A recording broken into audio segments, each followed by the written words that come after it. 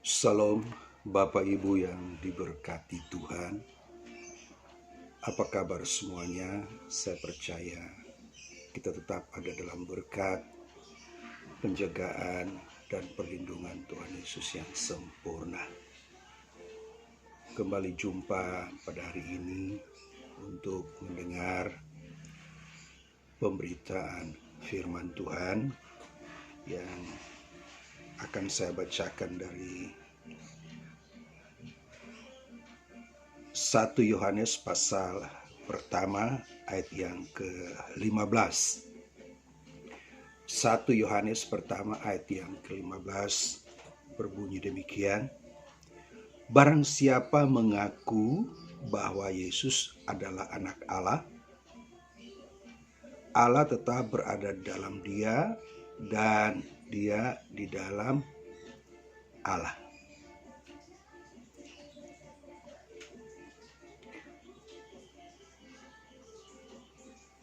Kata proklamasi berasal dari bahasa Latin proclamare, yang artinya pengumuman atau pemberitahuan ke publik. Menurut Kamus Besar Bahasa Indonesia, proklamasi adalah pemberitahuan, pengumuman ya, pemberitahuan resmi kepada seluruh rakyat, pemakluman, pengumuman. Sebagai contoh, ya, ketika Presiden Soekarno didampingi oleh Wakil Presiden Bung Hatta membacakan naskah proklamasi. Sesungguhnya Presiden pertama kita telah memberitahukan berita resmi kepada seluruh rakyat Indonesia, kepada kaum penjajah, kepada dunia, ya, bahwa sejak 17 Agustus tahun 1945 kita telah menjadi bangsa yang merdeka, bebas dari penjara, dan menjadi bangsa yang berdaulat penuh atas dirinya sendiri. Amen. Itu pengertian proklamasi.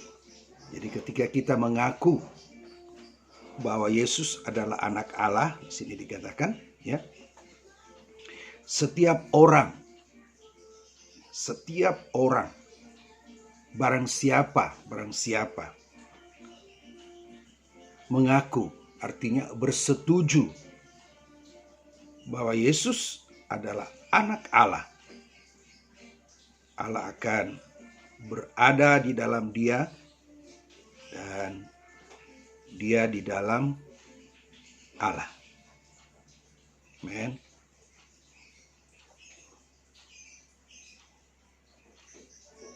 Bagaimana dengan proklamasi iman kita? Sejak kapan kita bisa memproklamirkan iman kita? Dan diumumkan kepada siapa? Siapa audiensinya yang akan mendengar proklamasi iman? Apa tujuan dari proklamasi iman itu?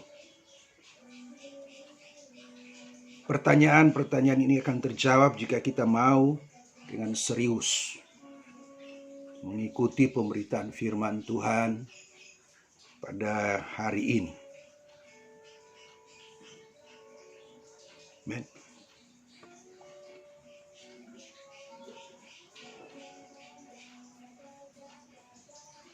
Perhatikan kata mengaku di dalam 1 Yohanes 4 yang telah kita bacakan tadi, 1 Yohanes 4 ayat 15, di situ ada kata mengaku. Teks Yunani menerjemahkan kata mengaku dengan kata homologeo. Homologeo. Kata homologeo berasal dari kata dasar homo, yang artinya sama. Makanya kita dengar ada katakan homoseks, artinya memiliki kesamaan keinginan seks pria-pria, kan seperti itu. Nah, jadi kata dasar homologeo berasal dari kata dasar homo yang artinya sama-sama, dan kata logos yang artinya kata. Logos itu kata. Alkitab versi King James menerjemahkan kata mengaku dengan kata confess. Profess, menyatakan. Promise, berjanji. Ya. Berarti ketika saya mengaku bahwa Yesus adalah anak Allah, saya sedang bersetuju dan terus bersetuju dengan apa yang dikatakan oleh firman Allah. Logos. Dengan apa yang dikatakan oleh firman Allah. Jadi proklamasi iman ini memiliki hubungan yang tidak terpisahkan dari keberanian percaya. Ya kan? Dari keberanian percaya. Orang yang mengaku bahwa Yesus itu anak Allah secara terbuka, berarti dia itu memiliki keberanian percaya. Bisa memberikan contoh, surat Roma berkata apa? Roma 10 ayat 9. Sebab jika kamu mengaku dengan mulutmu bahwa Yesus adalah Tuhan, dan percaya dalam hatimu bahwa Allah telah membangkitkan dia dari antara orang mati, maka kamu akan diselamatkan. Mengaku, bersetuju ya, bahwa Yesus adalah Tuhan. Ini pengakuan yang beresiko tinggi bagi jemaat yang ada di Roma. Kita semua tahu mereka mengalami penyiksaan yang begitu luar biasa, sadis. Jadi gladiator, tubuh mereka dibakar jadi penerang jalan. Kemudian menjadi makanan binatang buas. Dan itu menjadi tontonan. Menjadi tontonan. Mereka bertepuk tangan, mereka tertawa. Tos. Ketika mereka melihat tubuh orang percaya itu dicabik-cabik oleh binatang buas.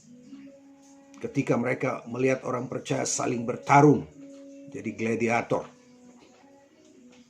Di pengakuan proklamasi iman pada zaman Kaisar Nero memerintah, disitulah jemaat Roma mengalami penyiksaan yang begitu luar biasa, memiliki resiko tinggi. Amen. Memiliki resiko tinggi.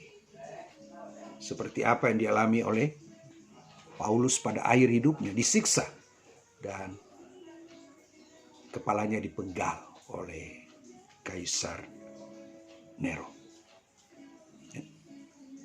Kepalanya dipenggal.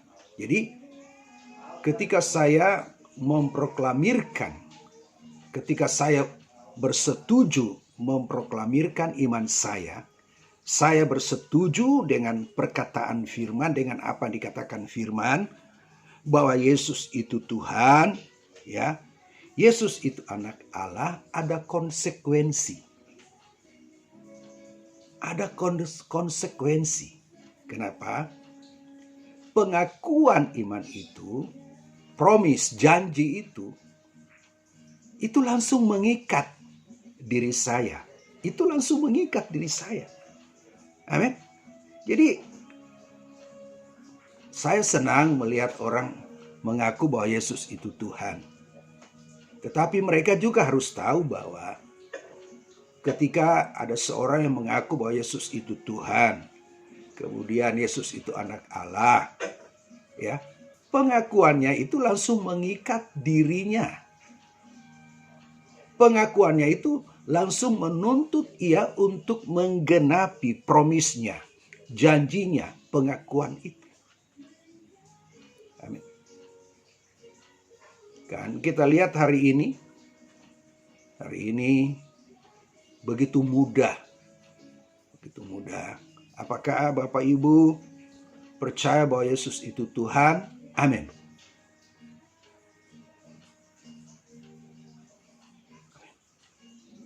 Tetapi apa? Apakah orang-orang yang mengaku bahwa Yesus itu Tuhan sudah hidup di bawah kedaulatan Tuhan? Sudah hidup di bawah pengaturan Tuhan?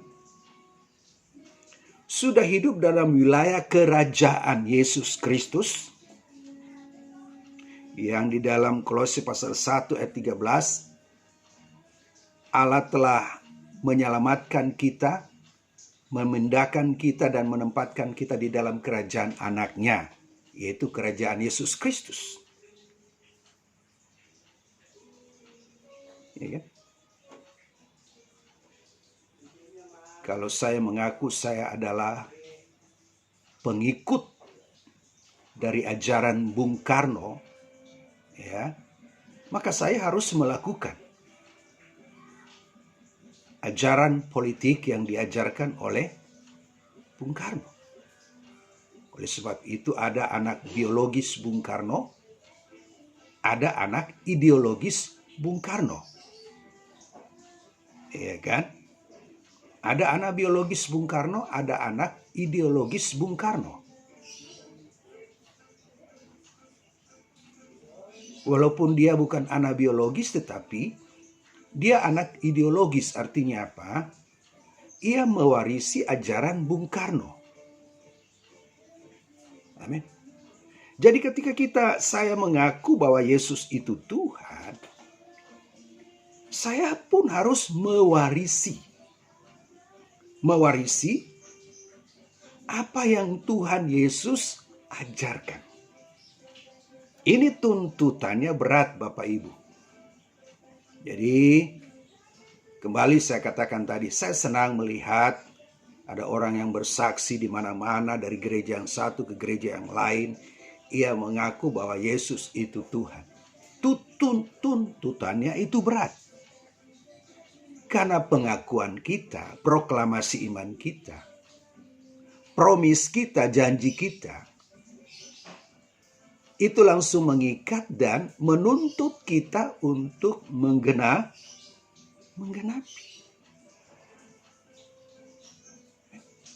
Jadi jangan sembarangan mengaku Yesus itu Tuhan.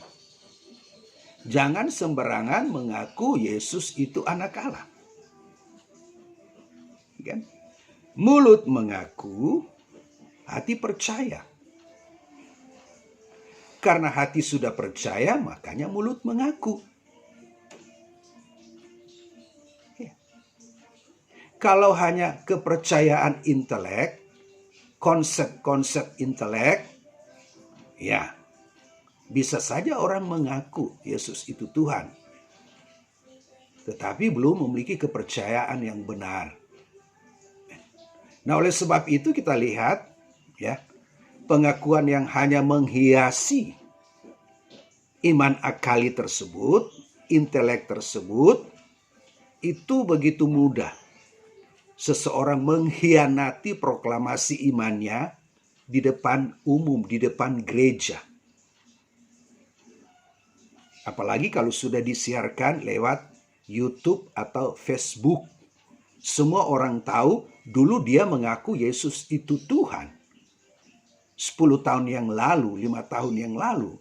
Tetapi kenapa hari ini dia khianati pengakuan imannya, proklamasi imannya, kredonya.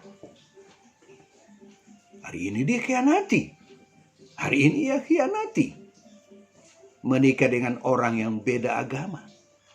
Menikah karena malu memiliki status sampai tua tidak menikah. Menikah karena apa?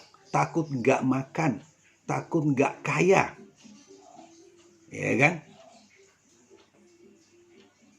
Akhirnya apa? Ia melanggar proklamasi iman yang sudah dia ucapkan 10 tahun yang lalu, 5 tahun yang lalu, 2 tahun yang lalu. Kenapa ia melanggar proklamasi imannya? Karena pengakuannya bahwa Yesus itu Tuhan itu tidak keluar dari hati yang percaya. Pengakuannya itu hanya menghiasi intelektualitas dia saja. Belum sampai meresap di hati. Nah, kalau orang Roma, jemaat Roma ini, mulut mereka mengaku bahwa Yesus itu Tuhan, itu keluar dari hati yang betul-betul percaya. Karena pengakuan mereka bahwa Yesus itu Tuhan keluar dari hati yang sudah percaya sungguh kepada Yesus. Oleh sebab itu mereka tahu. Pengakuan mereka bahwa Yesus itu Tuhan itu taruhannya nyawa. Dan pada zaman itu merupakan sebuah penghinaan. Oleh sebab itu Paulus katakan, aku memiliki keyakinan yang kokoh bahwa Injil adalah kekuatan Allah. Artinya apa? Aku nggak malu mengaku. Karena pada zaman itu orang kalau ngaku Yesus dihina. Jadi bahan bully, dihina, dipersekusi, dikejar-kejar. Mereka harus beribadah di kuburan-kuburan, bersembunyi. Dan nggak ada kesempatan untuk berbuat dosa. Gimana mau berbuat dosa? Setiap hari hidup mereka berada dalam ancaman intimidasi. Jadi kalau hari ini ada yang melanggar pengakuan imannya, kredonya, dan menikah dengan orang yang tidak seiman, menikah karena harta, menikah karena takut memiliki status jomblo, kekal abadi di bumi dan di surga. Mereka orang Kristen loh. Mereka itu ada yang sudah bersaksi di mana-mana. Bernyanyi, berjanji. Tetapi akhirnya pengakuan mereka itu luntur. Hanya karena apa? Seorang perempuan, seorang laki-laki yang kaya, yang tajir, yang duitnya tidak berseri, duitnya nggak bisa dilipat karena tebal, duitnya nggak berseri padahal ada seri, tapi karena kebanyakan nggak bisa dihitung. Padahal ada mesin hitung yang bisa hitung. Ia tinggalkan. Kemudian kita memberikan tanggapan, loh artis itu kan dulu sudah nyanyi, udah ngaku Yesus itu Tuhan, udah bersaksi di mana-mana, kok sekarang jadi tinggalkan Tuhannya dia, jadi tinggalkan iman dia. Kalau gembala saya katakan dia belum memiliki iman. Artinya kalau dia memiliki iman yang berasal dari hati yang percaya, dia tidak akan khianati Kristusnya hanya karena pernikahan menyelamatkan statusnya. Hanya karena pernikahan menyelamatkan ekonominya. Amin. Mereka hanya berpikir kehidupan di dunia yang sementara. Jadi pengakuan bahwa Yesus itu Tuhan, Yesus anak Allah, ini akan membawa kita sampai di kekekalan. Jika kita malu mengaku bahwa Yesus itu Tuhan, maka dia juga akan malu mengaku bahwa kita itu anak-anak Allah. Dan orang-orang yang khianati kredonya, pengakuan imannya, proklamasi imannya, bahwa Yesus itu Tuhan, Yesus itu anak Allah. Mereka hanya berpikir kehidupan di bumi yang hanya sementara saja. Mereka hanya berpikir kenyamanan, zona nyaman di bumi yang hanya sementara. Mereka nggak berpikir bahwa ada kehidupan di balik kubur, ada kehidupan di balik kematian. Mereka tahu ada surga, mereka tahu ada neraka. Tetapi mereka nggak memiliki daya untuk menolak pernikahan beda agama. Kenapa nggak memiliki daya? Yaitu matre. Malu jadi perawan tua, malu jadi perjaka sampai tua. Malu dong statusnya begini. Menikah, pernikahan ekonomi itu namanya, bukan pernikahan iman. Kalau pernikahan iman, pernikahan yang dirancang, dibangun oleh Kristus. Blueprintnya ada di Taman Eden. Cetak biru pernikahan itu Allah sendiri yang merancang. Allah sendiri yang membangun dan memberkati. Itu pernikahan iman. Sama-sama beriman kepada Kristus. Di atas Kristus.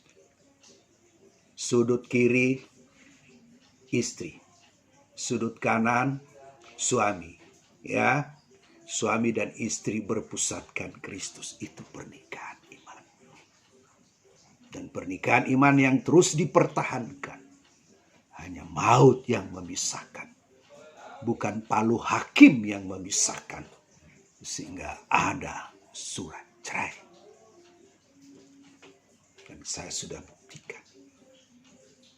Hanya maut yang memisahkan dengan aku dan istri. Itu karena Kristus. Karena aku mempertahankan pengakuan imanku. Bahwa dia itu Tuhan, dia itu anak Allah.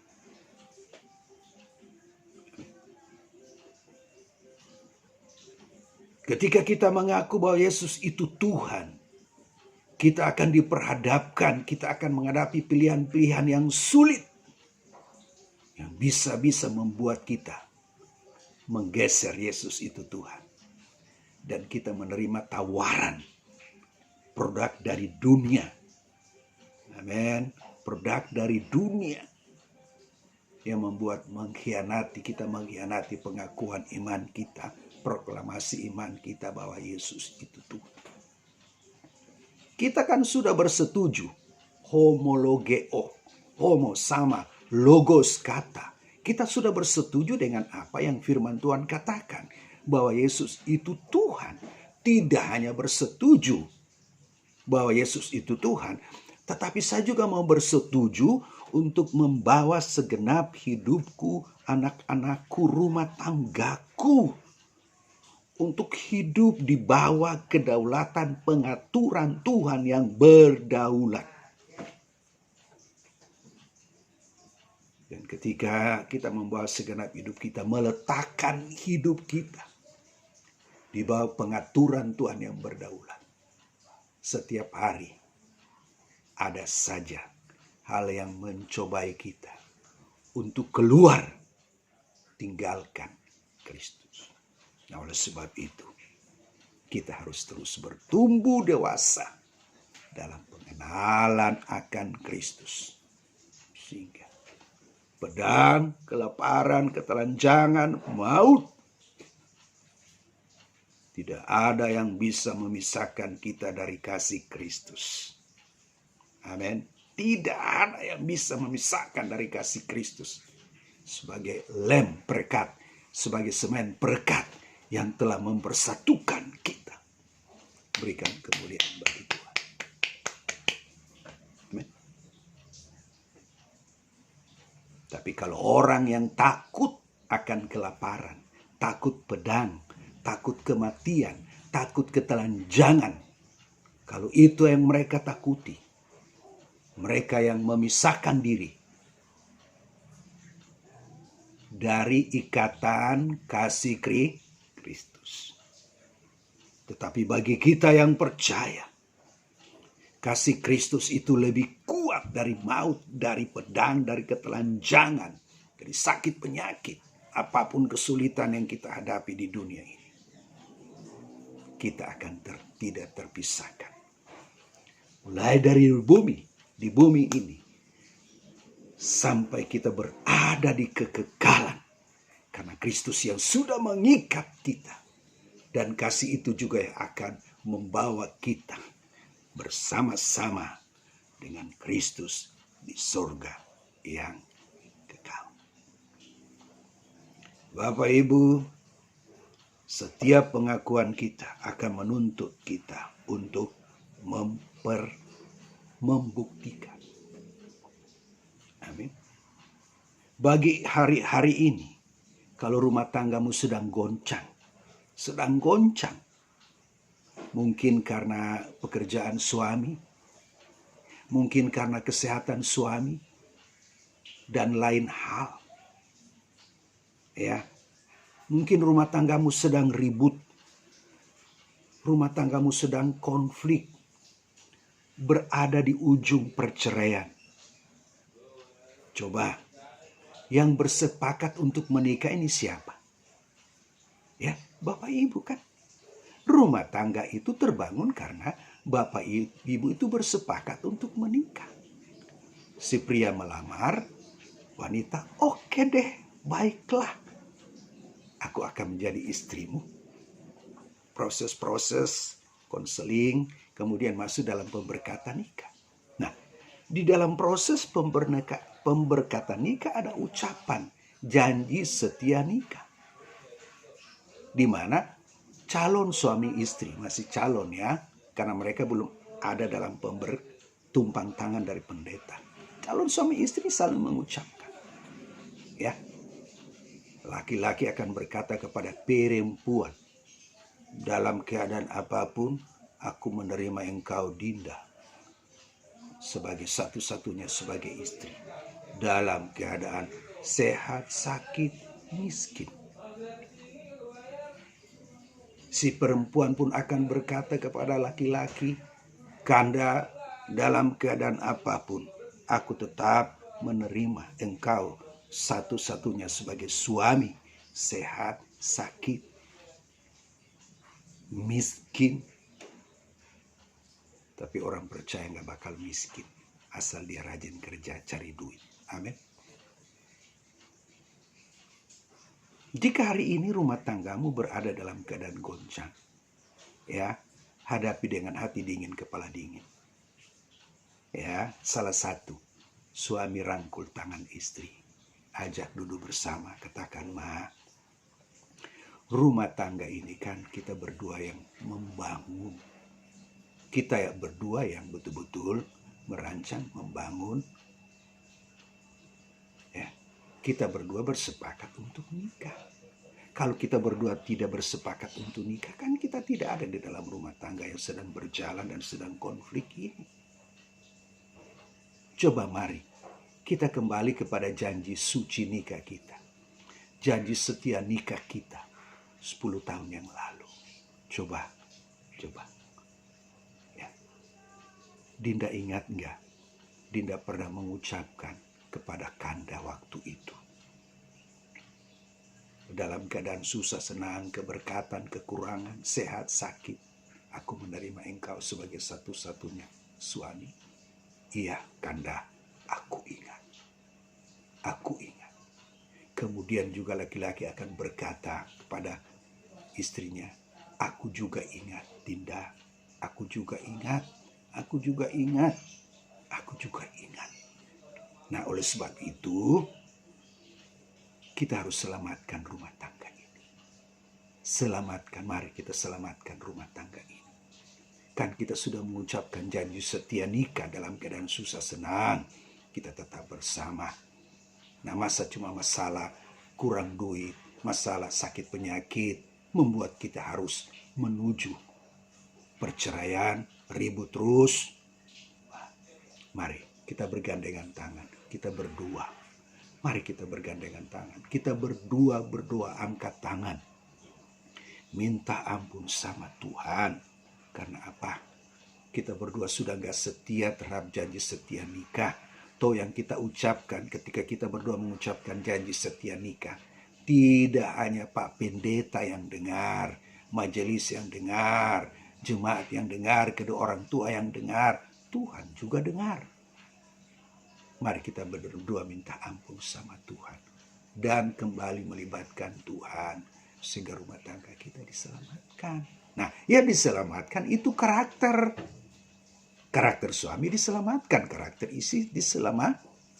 Karakter yang diselamatkan akan memiliki kemampuan menemukan tanggung jawab. Untuk apa? Merawat kesehatan, bekerja, cari uang, rajin. Nah, dalam hubungan kita dengan Tuhan pun seperti itu, Bapak Ibu. Amin. Jadi ketika saya mengaku Yesus itu Tuhan, Yesus itu anak Allah, dan ketika saya gagal mempertahankan pengakuan tersebut, mulai mengalihkan perhatian saya dari satu pribadi, saya mulai memegahkan kekuatan, kemampuan di luar Kristus, maka seharusnya saya yang ngaku ya. Dulu kan 10 tahun yang lalu kan saya sudah ngaku. Bahkan baru kemarin saya ngaku Yesus itu Tuhan. Loh, kok sekarang saya sudah mulai hianati proklamasi iman saya?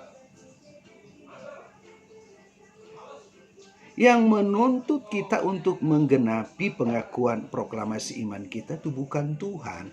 Kita sendiri. Ya, kita yang berjanji, kita juga yang harus menggenapi.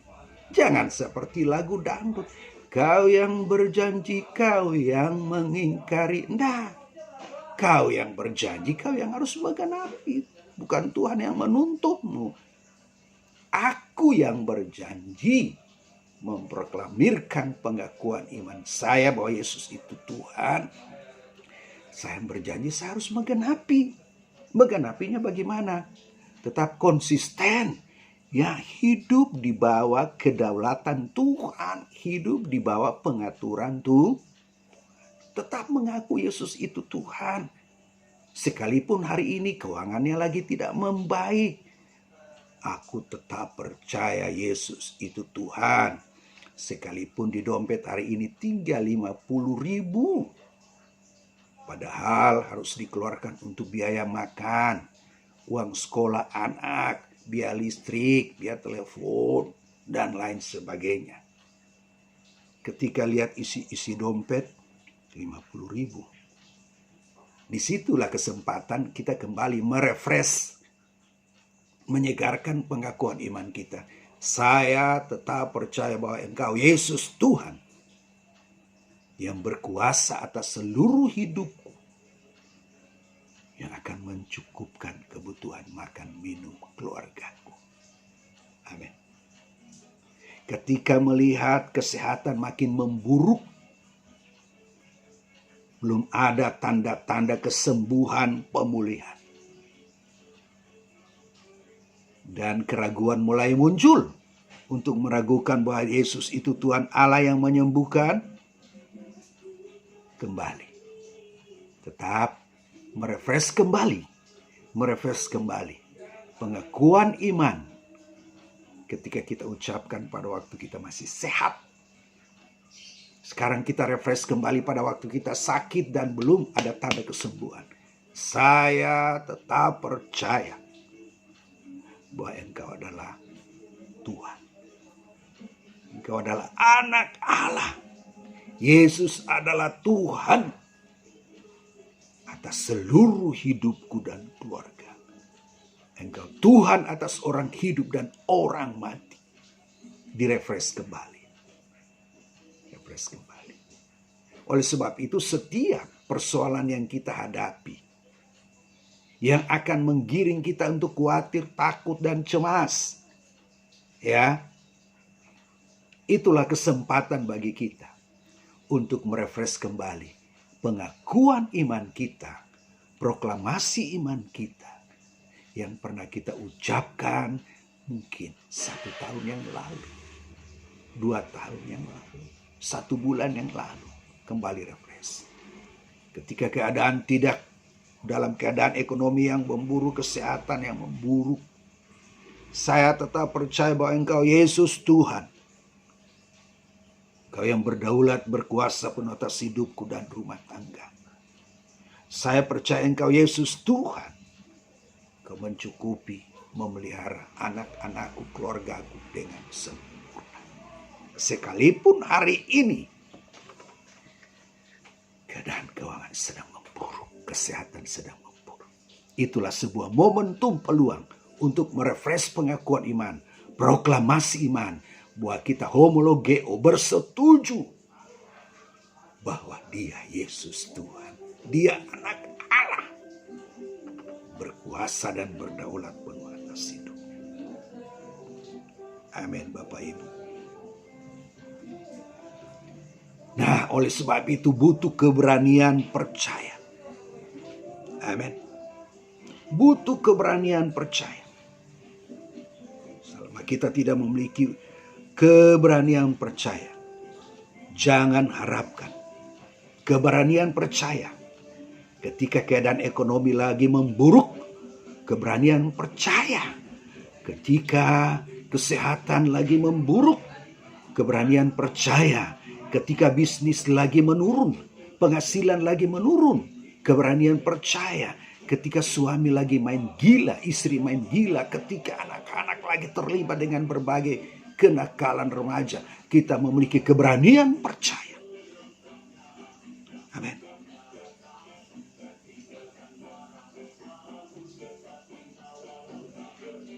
Satu Yohanes 4 ayat 17. Dalam hal inilah kasih Allah sempurna di dalam kita, yaitu kalau kita mempunyai keberanian percaya pada hari penghakiman. Karena sama seperti dia, kita juga ada di dalam dunia ini. Amin. Jadi keberanian percaya pada waktu kita berada di dalam dunia ini sampai berada di hari penghakiman. Memiliki keberanian percaya. Amin. Tuhan tidak pernah memberikan kita roh ketakutan. Roh ketakutan selalu berasal dari kuasa jahat. Roh yang Tuhan berikan bagi kita adalah keberanian percaya. Kita memiliki keberanian percaya. Karena apa? Iman kita terus bertumbuh, dan bertumbuh. Keberanian percaya.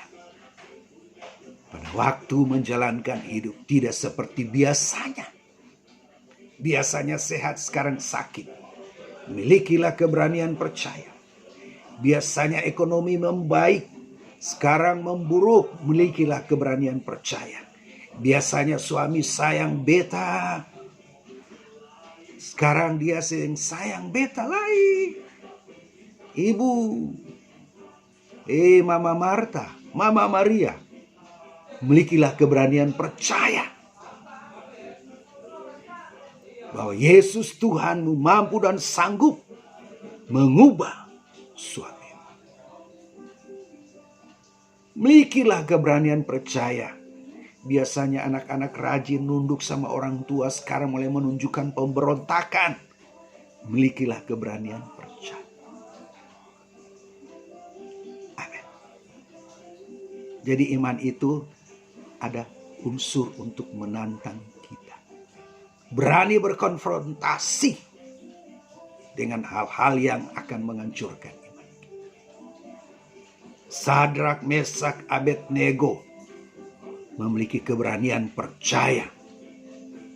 Sekalipun raja kafir itu telah mengancam mereka, jika kamu tidak menyembah patung emasku dan dewaku, seketika ini kalian bertiga akan kulemparkan ke dalam dapur api yang dipanaskan 7 kali lipat. Dan mereka memiliki keberanian percaya. Mereka memiliki keberanian percaya. Itu apa? Mereka tetap percaya seandainya Allah tidak tolong mereka. Mereka tetap percaya. Mereka tidak akan tunduk pada kemauan daripada raja kafir tersebut. Amin. Memiliki keberanian percaya. Amin Bapak Ibu. Harus memiliki keberanian percaya. Dalam keadaan seperti ini, kita harus memiliki keberanian percaya. Sehingga apa? Ketakutan, kekhawatiran tidak akan merenggut proklamasi iman kita. Ya, yang setiap hari kita refresh. Amin Bapak Ibu. Kita lihat keberanian percaya dari Sadrak, Mesak, Abednego. Daniel pasal 3 ayat 15. Sekarang, kata Nebukadnezar, jika kamu bersedia demi kamu mendengar bunyi sangkakala, seruling, kecapi, rebab gambus serdam, dan berbagai jenis bunyi-bunyian, sujudlah menyembah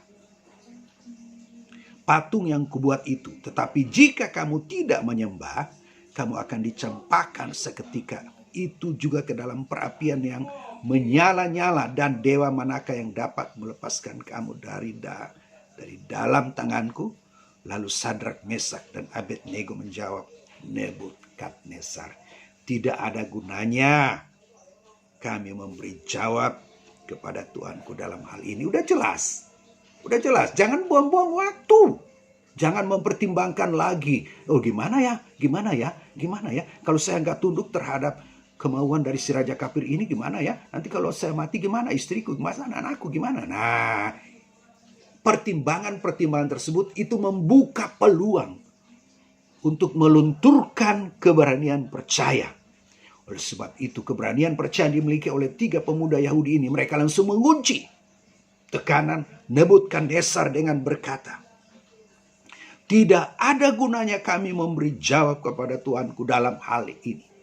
Jika Allah yang kami puja sanggup melepaskan kami, maka Ia akan melepaskan kami dari perapian yang menyala-nyala itu dan dari dalam tanganmu ya Raja. Tetapi seandainya tidak, wah luar biasa. Seandainya tidak, hendaklah Tuanku mengetahui ya Raja, bahwa kami tidak akan memuja dewa Tuanku dan tidak akan menyembah patung emas yang Tuanku dirikan itu.